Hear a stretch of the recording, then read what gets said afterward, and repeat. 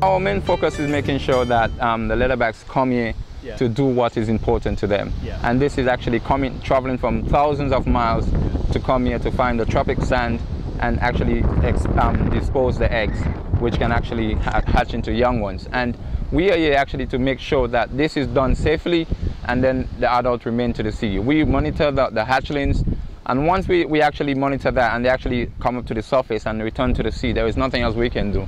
You know, it's all up to the baby and see how they can make it. And the baby? Yes, the volunteers have been our main background of income to keep this project going.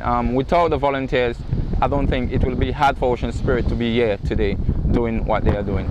Well, I think the thing is the guys here have been so good, they're so organised about what they do, and obviously they've done it for quite some time. So you get here and there's a really good sit down with all the equipment and, you know, the forms, and this is how, you know, they take you through the whole night and how it's going to work. And then you kind of get out on your first night on the Monday and you get down to Leatherback and it's black. You can't see a thing, you know, and there's all this kind of vegetation in the background, and you know, your imagination, if you're not careful, can run away with it. But then after the first couple of runs, it all just falls into place, and then the first turtle is just magic, you know? And you can't believe the size of these creatures. You know, they're just huge.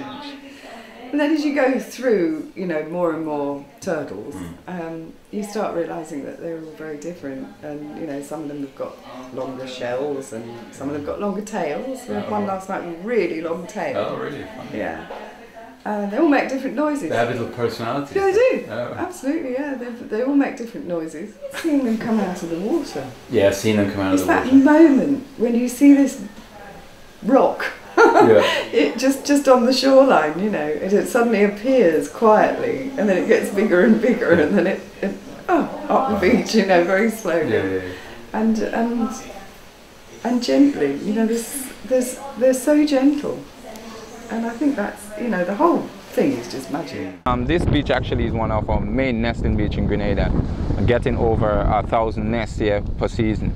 So we focus primarily on this beach, where volunteers will come in at night and stay the entire night doing night patrol, collecting data, which involve taking an egg count, measuring the carapace, pit scanning, pit tagging, flipper tagging, and we do all this thing to help us to know, okay, the amount of turtle that is coming in our waters, you know, when she lives there, where she goes, you know, identifying who she is, you know. So they get a lot of things to do while they're here.